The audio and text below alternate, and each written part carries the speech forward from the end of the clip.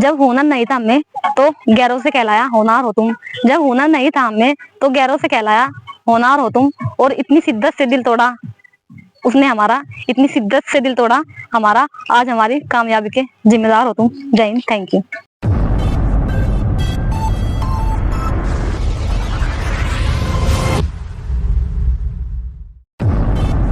Friends, मैं आज आपके सामने एक हाल ही के विषय पे चर्चा करने के लिए आई हूँ फ्रेंड्स। इससे पहले फ्रेंड्स, आप लोगों ने चारों ओर से हरी भरी हरियाली देखी होगी फ्रेंड्स।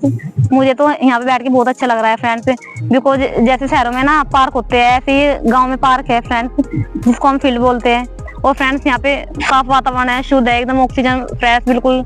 तो फ्रेंड्स, आज मैं आपके सामने दिल्ली में जो सीएम बनी है उसकी ओर थोड़ा ध्यान केंद्रित करने की कोशिश करूंगी फ्रेंड्स, आप सब जानते हैं जो रेखा गुप्ता है वो हाल ही की चौथी नंबर की वुमेन सीएम बनी हुई है फ्रेंड्स। तो फ्रेंड्स, पहले नंबर पे वहाँ पे सुषमा स्वराज थी, दूसरे नंबर पे शीला दीक्षित थी, और तीसरे नंबर पे अतिशी थी, और चौथे नंबर पे रेखा गुप्ता, जो कि हाल ही में भाजपा से है, वो बनी हुई है फ्रेंड्स। तो फ्रेंड्स, जो सुषमा स्वराज थी वो केवल 52 दिन के लिए वहाँ पे सीएम बनी थी दिल्ली में। और फ्रेंड्स, दिल्ली कहते हैं ना कि दिल्ली दिल वालों की है, और इससे पहले वहाँ पे अरविंद केजरीवाल की सरकार थी, जो कि अतिशी वहाँ की सीएम थी।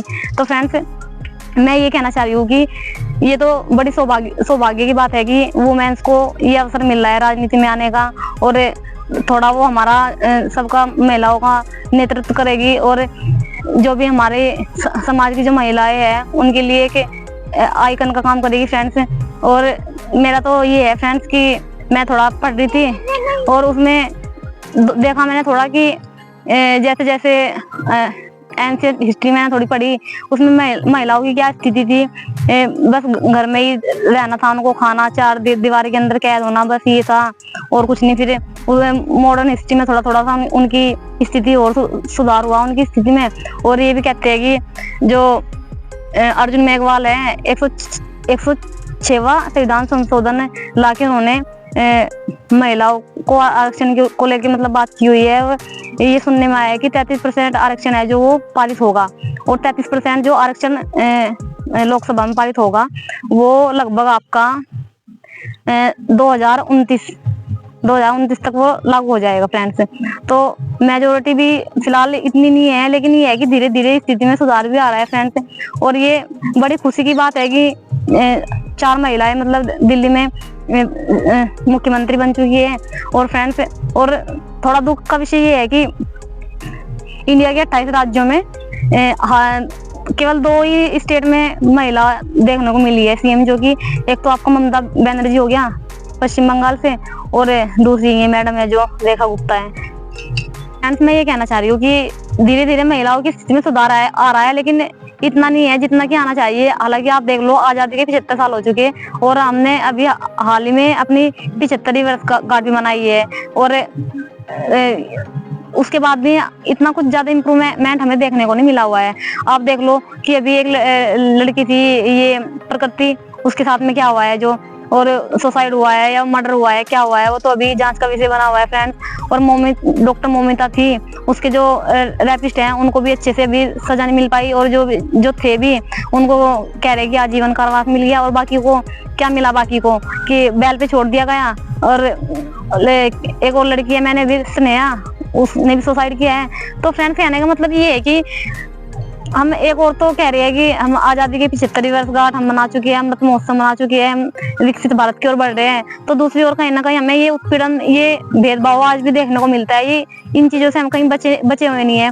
और फ्रेंड्स, वैसे भी महिलाएं इतना अत्याचार झेलती है, पहले तो वो घरेलू हिंसा को कोई झेलेगी, फिर उसके बाद में बाहर जाएगी तो फिर वो बलात्कार को झेलेगी, फिर और बाहर जाएगी, अगर वो ऑब्जेक्शन उठाएगी तो फिर उसको सुसाइड होना पड़ता है। क्या फ्रेंड्स, चाहे वो आपकी प्रकृति हो, चाहे फिर वो स्नेहा हो, अगर हम लोग इन लोगों की आवाज सुन लेते, या सिस्टम शासन प्रशासन इनकी आवाज सुन लेता, तो क्या हमें आज हमारे बीच में नहीं होती। फ्रेंड, सवाल ये नहीं है कि उन्होंने सुसाइड कर लिया, फ्रेंड सवाल ये है कि क्या हम उनको रोक नहीं सकते थे, क्या वो माहौल किसने बनाया होगा फ्रेंड्स। आप ये देख लो, बस क्या सरकार का यही दायित्व रह गया है कि डेथ हो गई उनको पोस्टमार्टम के लिए उनको भेज दो, बस यही दायित्व रह गया है क्या? और इससे ज्यादा कुछ नहीं। एक तो उनके माँ बाप बेचारे पहले ही स्ट्रेस में टेंशन में मर जाएंगे कि उनकी लड़की चली गई, और दूसरा उससे बड़ी विडम्बना तब आ जाती है जब उनको उनका क्या बोलते हैं पोस्टमार्टम कर दिया जाता है फ्रेंड्स। तो मुझे तो ऐसा लगता नहीं कि कोई वहाँ पे वेल ट्रेन टीम बैठी होगी जो पोस्टमार्टम करती है, वो वही मैन्युअली करते हैं सारा, ठीक है। और उसमें कोई वेल ट्रेन नहीं मुझे लगता अंदर की कोई फैसिलिटी होगी या कुछ ऐसा होगा। अगर फ्रेंड्स आप लोगों को पता है इस चीज के बारे में तो मुझे थोड़ा सा कमेंट करके बताना कि इस तरीके की चीजें हैं वहाँ पे, इस तरह की सच्चाई जहाँ तक कि मैं मानती हूँ। और फिर दूसरा ये है कि एक तो गरीबी, ऊपर से उत्पीड़न, फिर ऊपर से उनका पोस्टमार्टम। तो फ्रेंड्स ये बहुत बड़ा चैलेंज है अपने आप में। तो फ्रेंड्स मैं बात कर रही थी ना कि अभी हाल ही में जो रेखा गुप्ता मैडम बनी हुई है दिल्ली की, जो सियासत संभालेगी, तो वो उनके लिए बड़ी खुशी की और गौरव की बात भी है। और फ्रेंड्स एक और ये था कि उनके काफी ट्वीट वगैरह वायरल हो रहे हैं जो उन्होंने पहले किए होंगे, और उनकी वीडियो भी वायरल हो रही है। एक वीडियो में तो वो पूरा मतलब स्टेज बोलना चाहिए, मतलब पोडियम होता है जहाँ पे वो बोलने का माइक वाइक लगता है, वो उठा के मतलब बहुत बुरी तरीके से कर दिया है वो। फ्रेंड्स कहने का मतलब ये है कि जो रेखा गुप्ता मैडम है उनके अंदर मतलब उनके बर्ताव से, उनके व्यवहार से ये लग रहा है कि जैसे कि भाजपा सरकार तो है, उनको फुल मेजोरिटी मिली हुई है, ठीक है, मिल भी रही है, अच्छी बात है। इतना गुस्सा तो मोदी के अंदर भी नहीं देखा जितना उनके अंदर देखने को मिला है।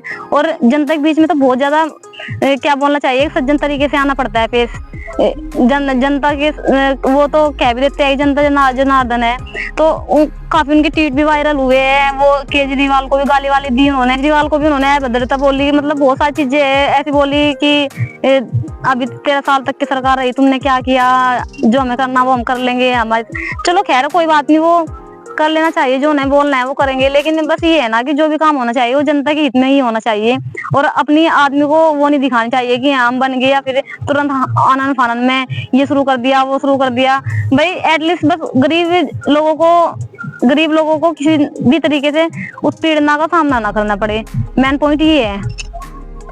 फ्रेंड्स बस मैंने वीडियो देखती हूँ लेके, बिकॉज मैं भी मतलब इन चीजों से जुड़ी हुई हूँ, थोड़ा सा बचपन से इन चीजों को फेस कर रही हूँ, देख रही हूँ चीजों को। तो अमूमन न्यूज वगैरह देखते हैं तो हम सब इफेक्ट तो पड़ता ही है इन चीजों का, मतलब मानसिक रूप से सोच तो सकते हैं इंसान की क्या हो रहा है क्या नहीं हो रहा है जाके। और बिकॉज फिर मुझे एक छोटी सी इंसिडेंट याद है, लगभग 2014 या 15 में जब इनकी मोदी जी की सरकार आई थी फर्स्ट टाइम, तो उस टाइम में शायद ग्रेजुएशन में थी।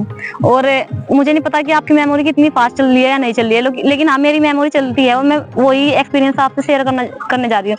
तो फ्रेंड्स मैंने ये सुना था कि मतलब रेडियो मतलब FM जहाँ पे भी मतलब देख रहे थे ना, उस टाइम जब ये गुजरात के CM थे मोदी जी, तो उसके बाद में जैसे ये लोकसभा इलेक्शन हुए, PM वगैरह बने, तो उससे पहले इतना ऐड चल रहा था कि देखो मैं तो उस टाइम ना फ्रेंड्स मैं ग्रेजुएशन में थी और मैंने अपने कानों से भली बात ये सुना था, इस तरीके के ऐड चल गए थे, इस तरीके की चीजें चली हुई थी हर जगह, मतलब रेडियो पे, TV पे और FM में हर जगह ये दिखाया जा रहा था कि मतलब इस बार मोदी सरकार, और बहुत सारी चीजें उसमें कहने मतलब उसमें ये दिखाया जा रहा था कि देखो मैं महंगाई बोल रही हूँ, हाँ तुम रुकोगी नहीं, अब तुम जाने वाली हो क्योंकि मोदी सरकार आ गई है। तो मेरा कहने का मतलब ये है कि मैं यहाँ पे किसी राजनीति की बात नहीं करूंगा, ना ही मुझे इन चीजों से कोई मतलब है। बस मुझे मतलब रहता है कि थोड़ा सा वो करने का, मुझे कोई मतलब नहीं है ना किसी मेरी तरफ से किसी की भी सरकार बन रही है ना बन रही, मुझे उन चीजों से कोई मतलब नहीं है। बस मुझे मतलब है कि अगर हम लोग अपना वोट दे रहे हैं, ठीक है, तो क्या हम बोल भी नहीं सकते, क्या हम अपने राइट्स के लिए भी नहीं बोल सकते क्या फ्रेंड्स? बस मेरा क्वेश्चन ये है,